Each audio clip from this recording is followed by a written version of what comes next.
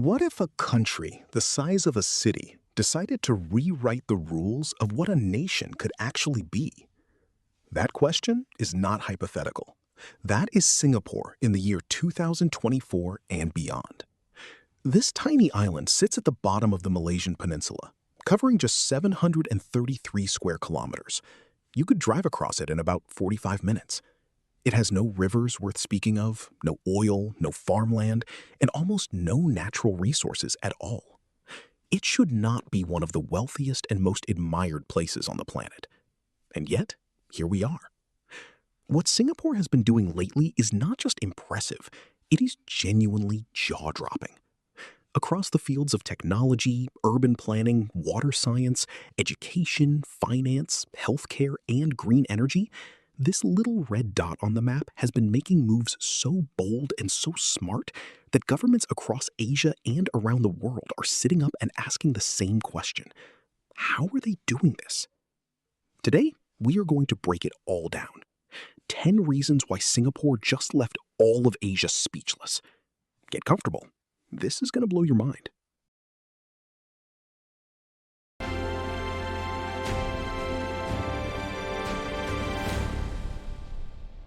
Point 1. The world's most ambitious urban farming revolution. Let us start with something that seems almost impossible given what we know about Singapore. This country imports over 90% of its food. That is not a small problem. That is an existential one. A disruption in global supply chains, a regional conflict, or even a bad shipping season could put millions of people at risk. Singapore knows this, and instead of just hoping for the best, they decided to fix it. The Singapore Food Agency launched what they call the 30 by 30 goal. The aim is to produce 30% of the country's nutritional needs locally by the year 2030.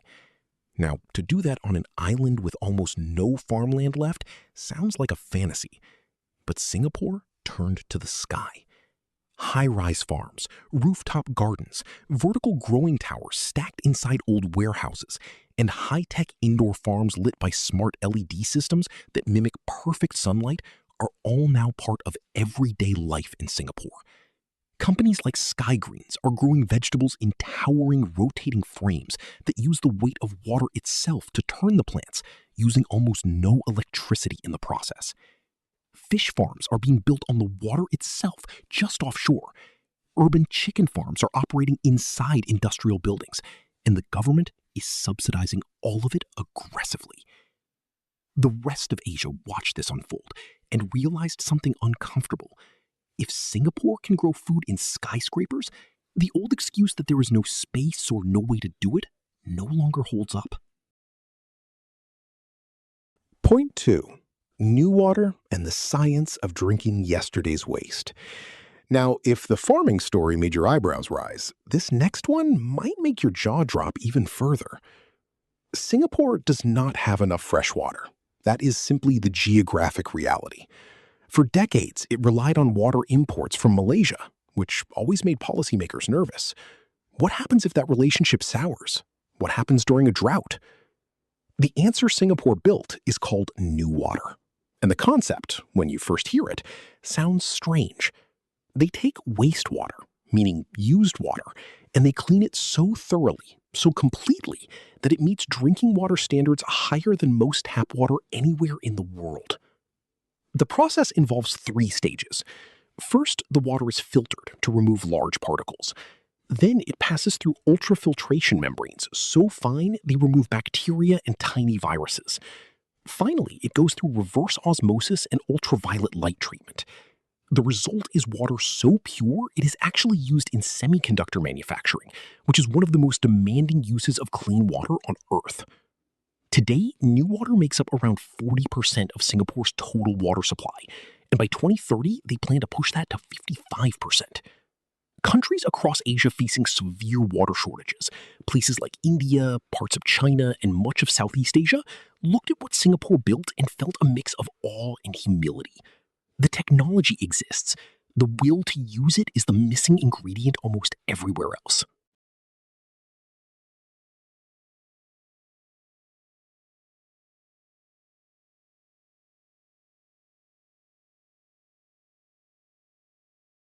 Point 3.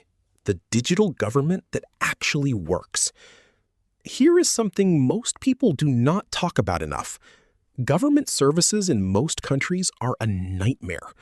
Long lines, lost paperwork, confusing forms, and systems that feel like they were designed to frustrate you on purpose. Singapore decided that was unacceptable. Over the past decade, Singapore built what is now widely considered the most advanced digital government system in the world. The platform is called SingPass, and it gives every resident a single digital identity that connects them to over 2,000 government and private sector services. You can file your taxes in 3 minutes because the system already knows your income. You can access your medical records instantly. You can register a business in a single day. New parents can complete every registration for a newborn from the hospital bed using a phone. No offices, no queues, no frustration. But Singapore did not stop at convenience. They built the entire infrastructure with privacy and security baked in from the start. Citizens can see exactly which government agencies have accessed their data and when.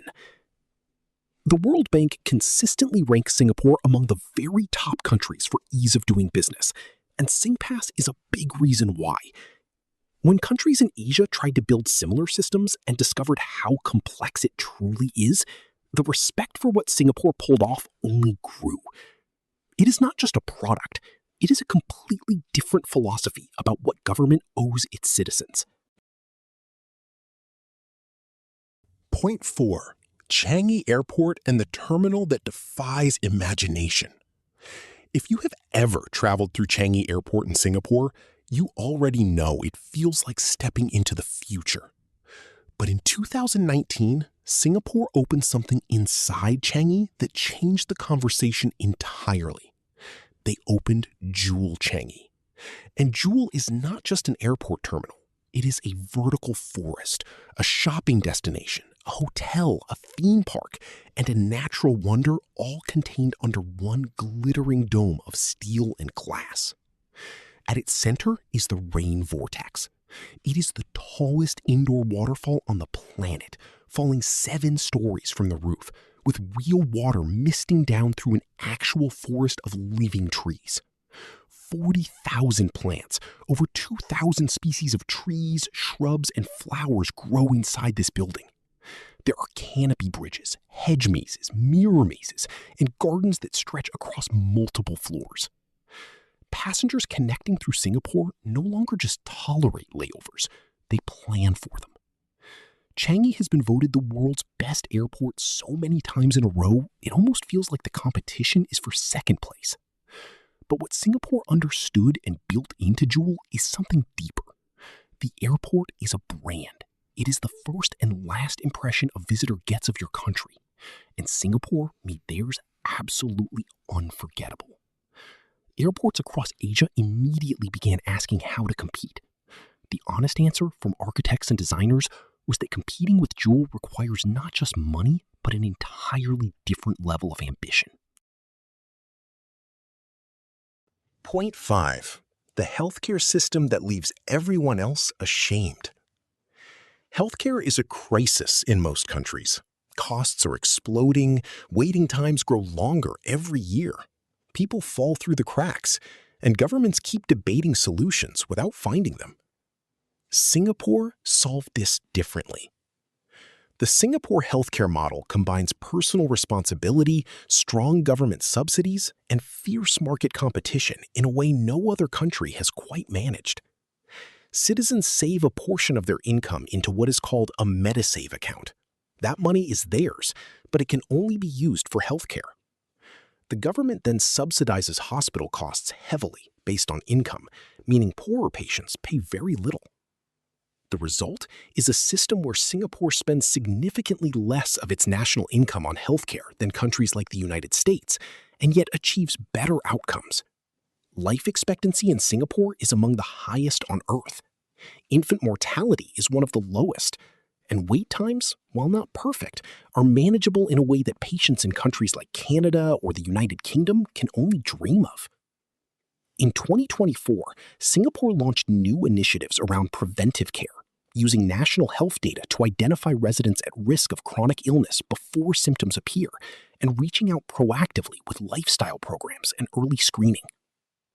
Healthcare professionals visiting Singapore from across Asia consistently come home with the same feeling, a combination of inspiration and a deep frustration that their own systems remain so resistant to reform.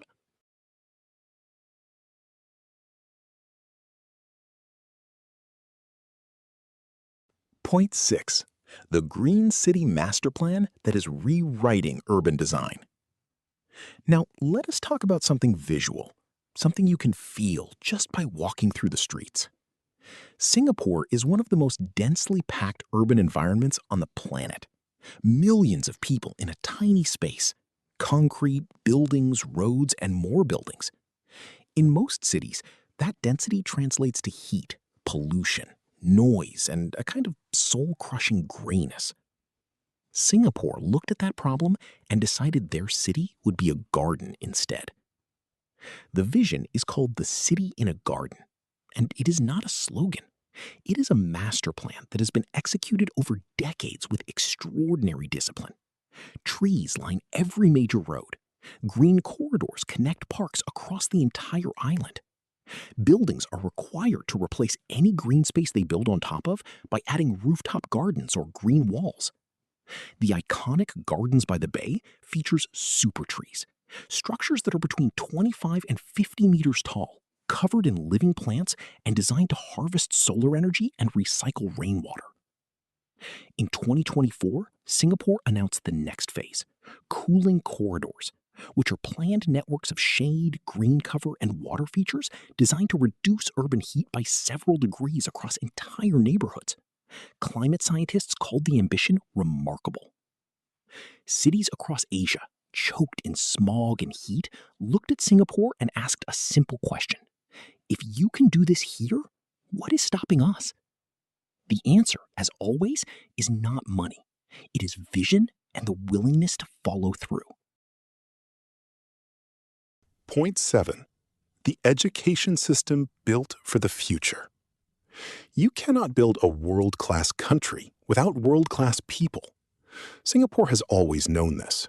But what they are doing with education right now goes far beyond what most countries are even discussing. Singapore consistently ranks at or near the top of global education assessments. Their students outperform almost every other country in mathematics and science. But that is not new. What is new is what Singapore is doing to reinvent that system for the challenges of the 21st century. In 2023 and 24, Singapore made a dramatic shift. They began removing the extreme focus on grades and high-stakes examinations that had defined their education culture for decades. Primary school students no longer receive formal exam results in the early years. The focus shifted toward curiosity, creativity, collaboration, and the ability to learn how to learn. At the same time, Singapore launched a national program called Skills Future, which gives every adult citizen credits they can use to learn new skills at any point in their life. It is not just for young people. 60-year-olds are using it to learn coding.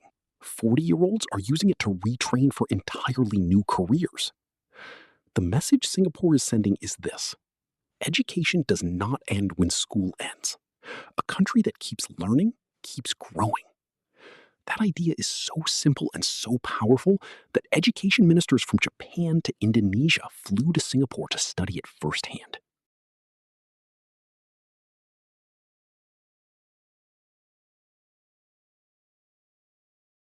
Point 8. The Fintech Revolution, quietly changing Asian finance. Money moves the world, and Singapore has quietly positioned itself as the place where the future of money gets built. Singapore is now the leading financial technology hub in Asia, and it is not particularly close. Over 1,000 fintech companies have set up operations there. The Monetary Authority of Singapore, which is their central bank and financial regulator, has built a global reputation for being tough enough to be trusted and smart enough to welcome innovation. They were among the first regulators anywhere to create what they call a regulatory sandbox. This lets new financial companies test genuinely new ideas with real customers in a controlled environment without needing to navigate years of bureaucratic approval. The result is that Singapore attracts the most ambitious financial innovators in the world because they know they can actually build things there. In 2024, Singapore made headlines when it deepened its partnerships with multiple central banks across Asia and beyond to develop digital payment corridors. These corridors allow real-time, low-cost transfers of money between countries that previously made international payments slow and expensive. Sending money from Singapore to India, Thailand, or Malaysia now happens in seconds for almost no fee. For millions of migrant workers across Asia who send money home to their families every month, that is not a minor improvement. That is life-changing. And Singapore built it while other countries were still debating whether digital payments were safe.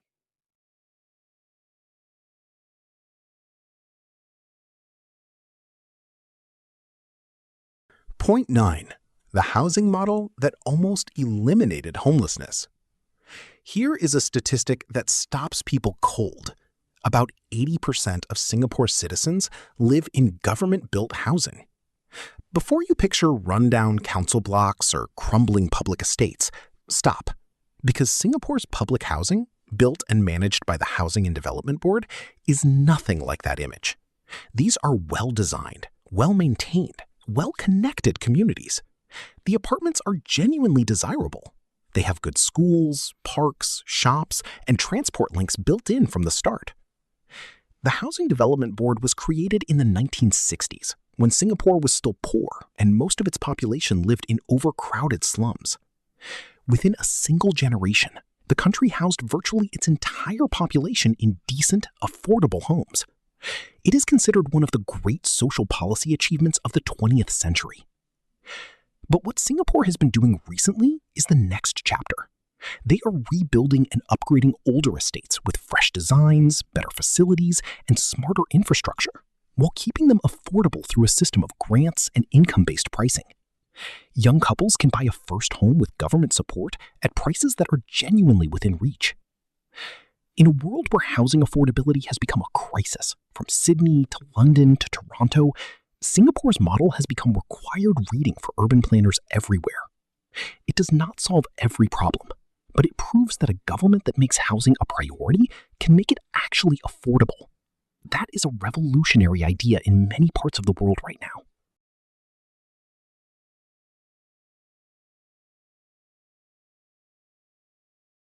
Point 10. The artificial intelligence strategy that is racing ahead of almost everyone. And now, we come to the thing that is truly making Asia pay attention in 2024 and beyond. Artificial intelligence is reshaping the world. Every country knows it. Most are scrambling to respond. Singapore did not scramble. They planned. Singapore's National Artificial Intelligence Strategy, known as AI Singapore, was launched years before most governments had even started forming committees to discuss the technology. The program invested hundreds of millions of dollars into building research talent, developing local AI capabilities, and making sure the benefits reached every part of society. They trained thousands of professionals in AI skills through a program called AI Apprenticeship. They funded 100 breakthrough projects across industries, from healthcare to logistics to education. And they created a national AI testing framework so that AI systems used in high-stakes areas like finance and medical diagnosis meet rigorous safety standards before going live. In 2024, Singapore took it further. They announced plans to build one of Asia's most powerful AI computing clusters, a supercomputing facility that will allow both government agencies and private companies to run the kind of massive calculations that advanced AI requires. What makes this extraordinary is not just the investment. It is the philosophy. Singapore is not building AI for the sake of competing with the United States or China. They are building it to solve real problems for real people. Healthcare diagnoses, water management, urban planning, traffic flow, education personalization. The rest of Asia looked at Singapore's AI strategy and felt a very particular feeling. It was the feeling of watching someone play a different game entirely. Not louder, not flashier, just smarter.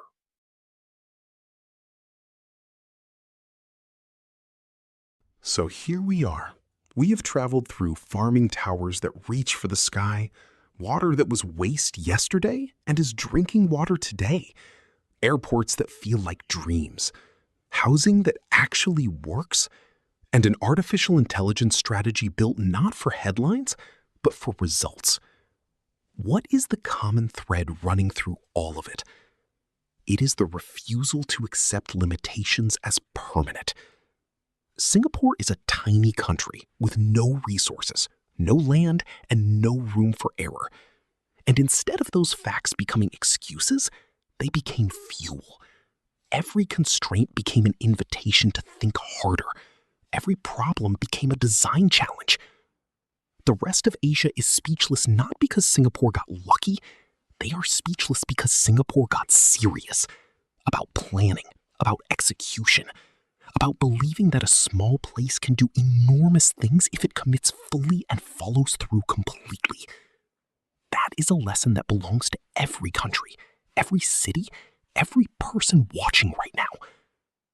If you found this video as fascinating as I did making it, please hit that like button right now. It genuinely helps more people find this content. Drop your thoughts in the comments below. I want to know which of these 10 points surprised you the most. And if you are not subscribed yet, hit that subscribe button and ring the bell so you never miss what we cover next. There is so much more incredible stuff coming. I will see you in the next one.